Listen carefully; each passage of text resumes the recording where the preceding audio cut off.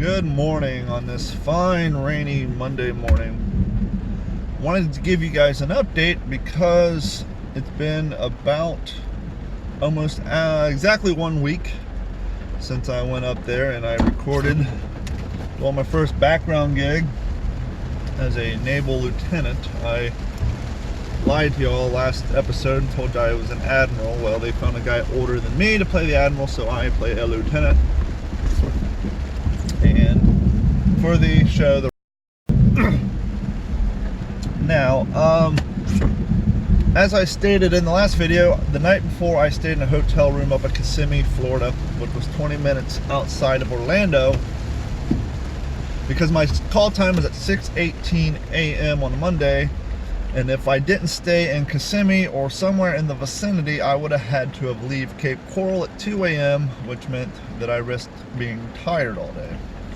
And like my dad said, if you're going to go through all this effort, might as well do your best job.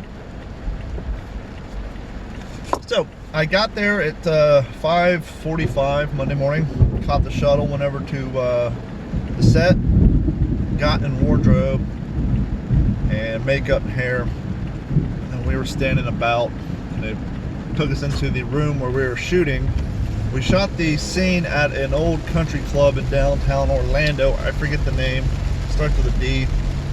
Anyhow, the main bar in that country club had been around since the late 30s, and so it was definitely era correct. The cool thing is, set production went in there, took down all the modern day amenities in the room, and hung up old lighting fixtures and sconces and old World War II era and Korean War era photos on the walls, so that the wall had the right era of military and naval photos. And the way the scene plays out is we are at a retirement party, and this is when they're introducing the character about. So it's episode 1. And in the bar, you have a bar running across the front. There's a horseshoe of booths around the windows, and then in the bar you have 3 main tables. The center table is where the principal actors and characters are at. I am off to the table to the left, standing behind the shoulder of the actor who's playing a higher commander who's being introduced. Now the camera is in the back right hand corner of the bar, shooting this way at the face, and I'm standing behind to the left of the actor. And so anytime they show the face of the commander, you'll see me standing behind him, drinking and smoking and having a good old time at this party. And they shot like 3 different camera angles from that view, which I should be in the background of all 3 of them.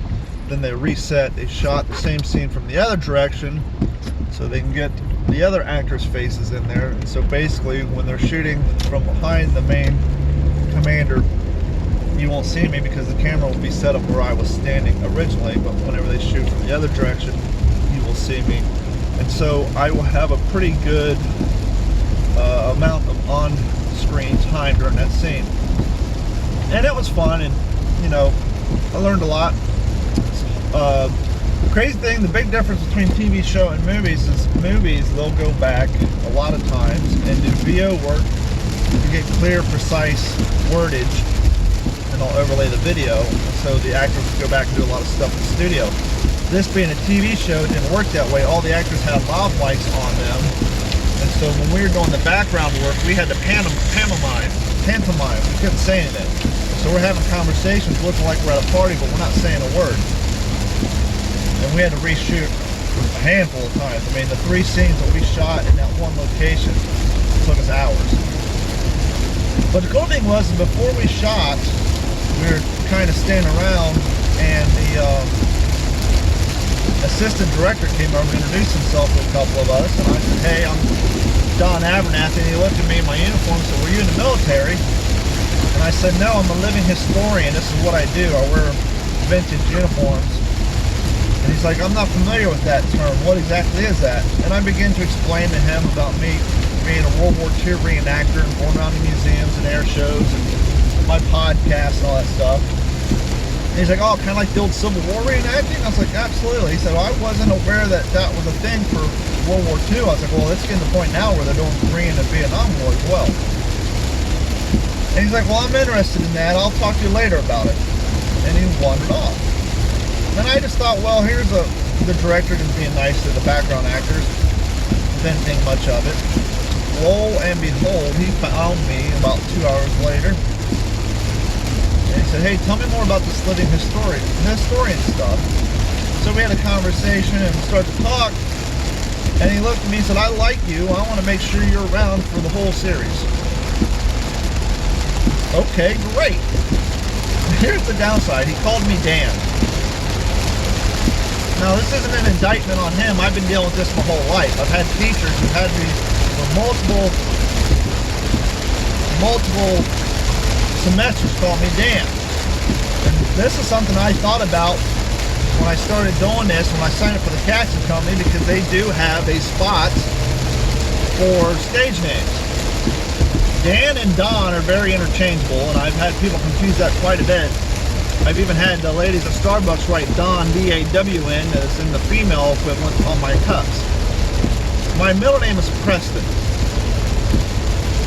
Now, I could go my mom's maiden name, go Preston Woods, but I don't want people to associate me with James Woods because, well, he's kind of on the out because of his politics. And Abernathy is a famous last name. There is another Don Abernathy who's a screenwriter. He's written a couple episodes of Entourage and a few other things. And obviously Bob Abernathy, Martin Luther King's best friend, and that's why there's Abernathy Boulevard in Atlanta, Georgia. So I was thinking about if I continue, if I get lucky enough to get called back for this project or another one, to perhaps go by the stage name of Preston Abernathy, so that in the unlikelihood, but in the case that I do make another good impression on somebody and they want to put my name down, they have the right name to put down, because Preston is not a name that can be easily confused with another name. So I may go the Preston Abernathy route. The good news is that Wardrobe has photos of me in my uniform holding my name tag in case I am booked for future episodes. And so if the assistant director in fact does want me back enough that he wants to refer me, when he asks for Dan, someone may tell him there is no Dan, there's a Don, or he may ask to see the photos of the background extras and find mine. So there's a 50%, maybe 60% chance that I will get called back. Now, I do know they're shooting episode 2 in August. I don't think there'll be a need for a naval officer in episode 2 if they're going to go to in the Marine Corps, need Marine, guys in the background, which I would work great for that too, but I've already been seen as a naval officer, so I can't switch roles. So I don't expect to get called back for episode 2, maybe 3 or 4 would be cool. If not, 5 or 6. Which I'm perfectly fine with. I'd love to go back and do 1 more, even 2 more, but the cool thing about a TV show is they don't shoot them all at the same time like they do a movie. And so it would be easy for me to take a day off here, take a day off of work there, and go do these television shoots, make a little extra money, and who knows, maybe one day get a line. Anyhow, so that's basically what happened. Went up there, made an impression on the assistant director. He said he wants me back. Was prominently displayed in the background of the scene that I am in enough that me and 4 other gentlemen got wrapped early so they could use the other extras that weren't seen on film that much as other background actors, and made an impression on the director, got along great with everybody, and came home, made a quick buck, and got the experience of my first gig as a background actor. Hopefully I'll get some more, but right now it's normal podcast and computer repair. So thank you guys for your continued support. Thank you, all of you, for watching part 1 of this video. I got more views on that video in 1 day than I do most of my videos in a week, because this channel's still growing. I started this channel back when I worked with Stan and Haney, but then I basically stopped because I didn't have anything to put on it. So those of you who were subscribing, lost interest or turned the notifications off. But for you new subscribers, thank you guys so much. And as always, please click on the link up top to join Patreon. Go to Patreon. Just join the $1 a month club. I'm not asking for a lot of money. I don't even like asking for money, but right now I don't have sponsorships on my podcast except for Active Computers. And so all of our content is funded by you guys kind of like PBS. So click on the link right there. Go to my website, d-410.com. Click on Join Patreon.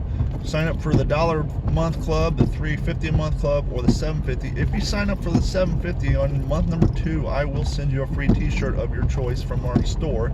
That is right, we do have a store on our website while you're at d-410.com. If you're on a mobile device, you got to scroll to the bottom. You'll see a picture of a t-shirt. Click on it. It'll take you to our web store, and you can buy any t-shirt you want. And I do get a couple bucks from the website who makes those.